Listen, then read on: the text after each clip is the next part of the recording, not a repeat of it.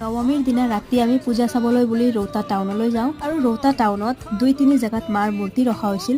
সাধাৰণভাৱে সবে আহি পেলাই পূজা কৰি আছিল, কিন্তু ইয়াতে মেলা লগা নাছিল কোনো ধৰণৰ। আৰু মেলা নহ'লেও মানে বছৰৰ মূৰত এবাৰ আহে যেতিয়া দুৰ্গা পূজা, চ' মানুহৰ ভিৰ বহুত বেছি আছিল আৰু 2-3 জেগাত এনেকৈ মাৰ মূৰ্তি ৰখা হৈছিল। আৰু আমাৰ ৰৌতা টাউনতে অন্য এটি জেগাত মূৰ্তি ৰাখিছিল, য'ত নেকি মাৰ বস্ত্ৰ শিৱ ভগৱানৰ নিচিনা বস্ত্ৰ পিন্ধাই দিয়া হৈছিল মাক, আৰু যিটো বস্ত্ৰটো অলপ ইউনিক লাগিছিল, ভাল লাগিছিল। তাৰপিছত আমি দৰ্শন কৰি পেলাই ওলাই আহিলোঁ। তাৰপিছত ইয়াতে ঝুমকাবিলাক চোৱাৰ পিছত আমি ইয়াতে প্ৰসাদ দি আছিল, খিচিৰি।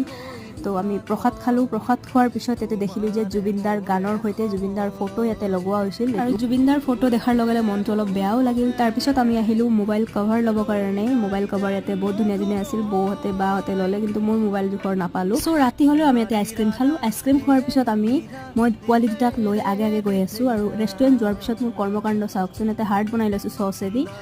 চাওমিন খাইছিলোঁ। আৰু আজিলৈ